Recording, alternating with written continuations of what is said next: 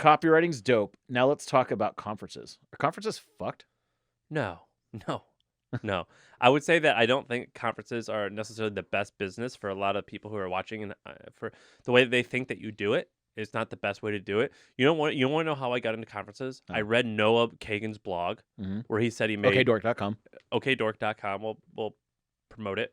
He had a blog post said how I made $94,000 doing this, and I said, "Oh fuck that, I could do that too." And we did it, and I did it, and it made probably $300,000 in profit my first year. And the way that we did it, it could make $300,000 in profit every year. In order to scale it to 5, 10, 20 million, you can't do it that way. But that way is how a lot of people think they can do it.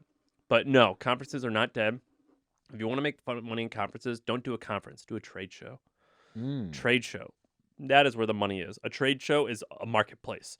You bring together buyers and sellers, and people are willing to pay a lot more money to be there. That is what you want it to do. And the content or the talks, the conferences, is simply a way to attract the right buyer and right seller. So the content, I guess it's like if you view going to a concert as a way to meet a girlfriend, the music is just a way to meet girls who you think you might like, or who you have a shared interest. That's kind of like what a trade show is.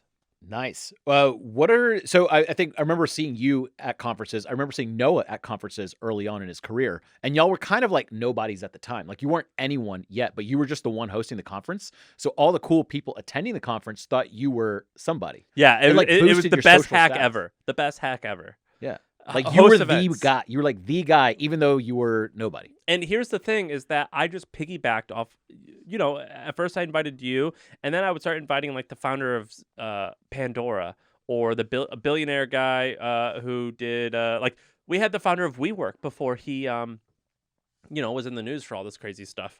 Well, Miguel wasn't in the news. Adam was in the news. Right. Yeah. Before the whole company was in the news. Yeah.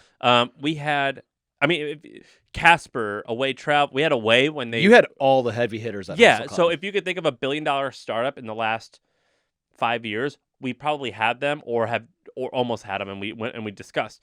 And the secret is you just cold email them, and they don't care who I am. But if I kind of fib and tell them that all these other people have already accepted it, they're gonna say yeah, and it doesn't become a lie because most of them do accept. So it becomes... By the way, there's a guest post on my blog. It was a Nev blog, maybe Copywriting Course. I did all where of them. You talked about, you gave away all the email templates and the little gift that you did. Yeah. And every conference basically copies that now. Really? Yeah. It worked so well. And we would make like an ordeal about getting an invitation because I remember in high school when I applied to a private high school, because in St. Louis everyone goes to private high school, and there's like a letter day where you get like your letter that invites you to which school your acceptance letters, and it was like an ordeal, right? And I was like, I'm gonna make this an ordeal. I'm gonna make getting invited to my conference an ordeal.